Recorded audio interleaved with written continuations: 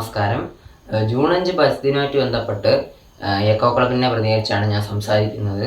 അപ്പോൾ ജൂൺ 5 പരിസ്ഥിതി ദിനം എല്ലാവർക്കും അറിയാമെന്ന് വിശ്വസിക്കുന്നു. പക്ഷേ ജൂൺ 5 ഇന്ന് എന്ന് പറഞ്ഞാൽ സ്കൂളിൽ നിന്നോ അല്ലെങ്കിൽ മറ്റെവിടെയെങ്കിലും നിന്നോ കിട്ടുന്ന ഒരു തൈ വീട്ട് വളപ്പിലോ അല്ലെങ്കിൽ പറമ്പുകളിലോ മറ്റോ നട്ടിട്ട് അത് സ്റ്റാറ്റസ് മാത്രമായിട്ട് ഇടുന്ന ഒരു ദിവസമായി മാത്രം മാറുകയാണ് ജൂൺ 5 എന്ന് പറയുന്നത്.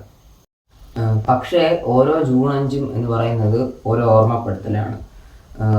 ഈ അർബനൈസേഷനൊക്കെ വർദ്ധിച്ചു വരികയാണ്. അപ്പോൾ അതുമൂലം പ്രകൃതിക്കൊക്കെ ധാരാളം ഭവിഷ്യത്തുകളൊക്കെ സംഭവിക്കുന്നുണ്ട്.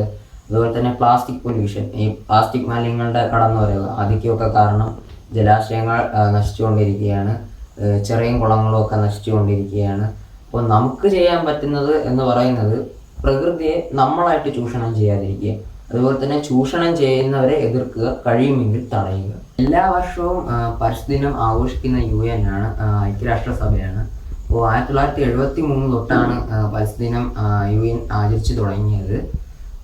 അപ്പോൾ ഓരോ വർഷവും ഓരോ രാജ്യത്താണ് ഇതിൻ്റെ ഒരു കോൺഫറൻസ് നടത്തുന്നത്. ഇപ്പോൾ 2020-ലോ 2021-ലോ ഇന്ത്യയിൽ വെച്ചായിരുന്നു നടന്നത്. അപ്പോൾ ഇപ്രാവശ്യം ഈ 2022 നടക്കുന്നത് സ്വീഡനിലെ സ്റ്റോക്ക്ഹോമിൽ വെച്ചാണ്. അപ്പോൾ ഓരോ വർഷവും ഓരോ സന്ദേശം UN നൽകാറുണ്ട്. അപ്പോൾ ഇപ്രാവശ്യത്തെ സന്ദേശം അല്ലെങ്കിൽ തീം എന്ന് പറയുന്നത് ഒൺലി വൺ എർത്ത്, അല്ലെങ്കിൽ ഒരേ ഒരു ഭൂമി എന്നാണ്. കാര്യം സൗരയൂഥത്തിൽ ജീവന്റെ നിലനിൽപ്പ് ഉള്ള ഒരേ ഒരു ഗ്രഹം അത് ഭൂമിയാണ്.